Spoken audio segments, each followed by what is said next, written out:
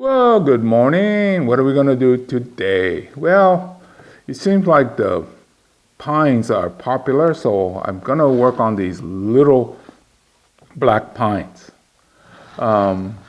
These are a couple years old, and if you want to make unique pines, you have to get started early.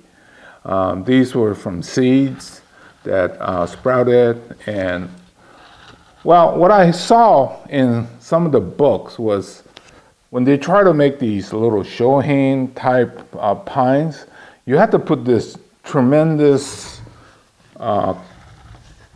curve in the trunk.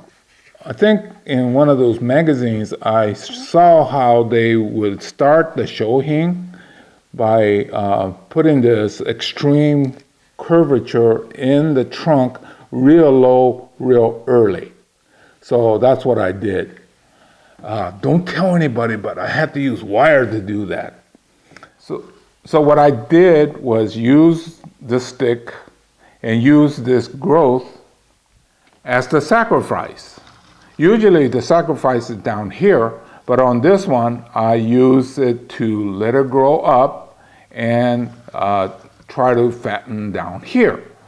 Well, what we're going to do today is cut it off. Okay, so I took off the tie and I'm going to remove the stick. And what I'm going to do is to cut off the sacrifice branch. Chop. I know some of you are having a heart attack. Okay, well, what I was looking for was this line right in here. And so we got this tight turn, and then we're going to be working with this one here.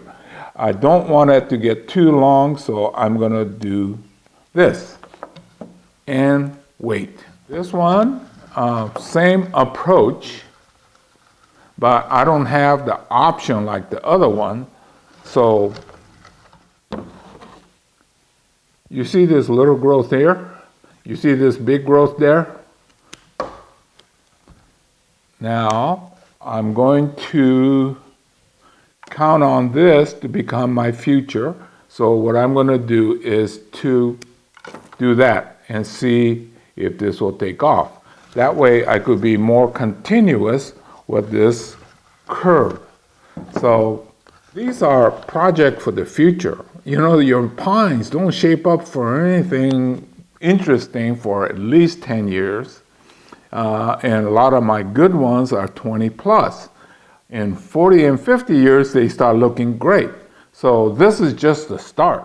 Well, those of you that have been following me, or if you haven't, look at the chapter that's called Ugly Duckling. I had the same situation as this.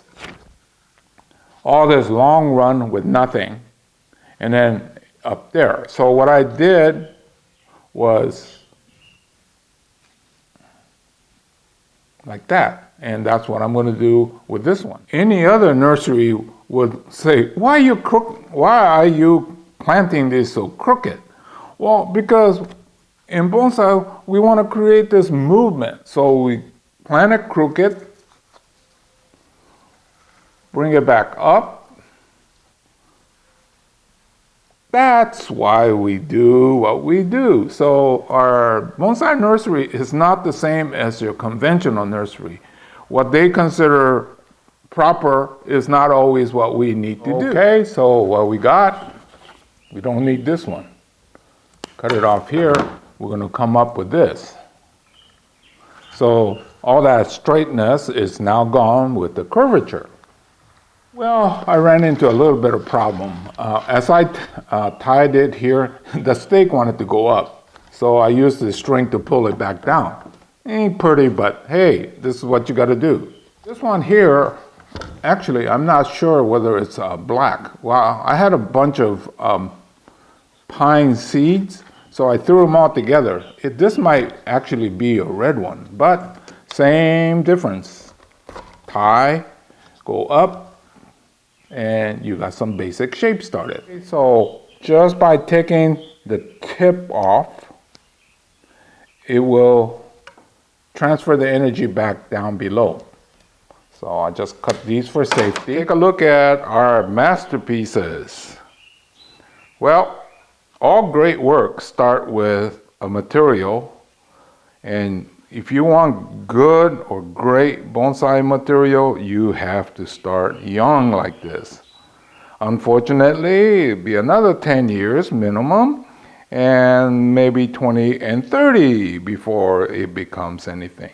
But I thought I'd go ahead and show you how you have to get started.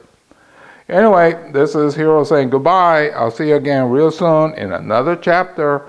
So this has been how to get pine started. And I think the ones in the blue container, they're headed to become shohin material. And then the other two will become more of a mid-size or even large bonsai in the future. So anyway, thank you for watching. See you again real soon in another chapter.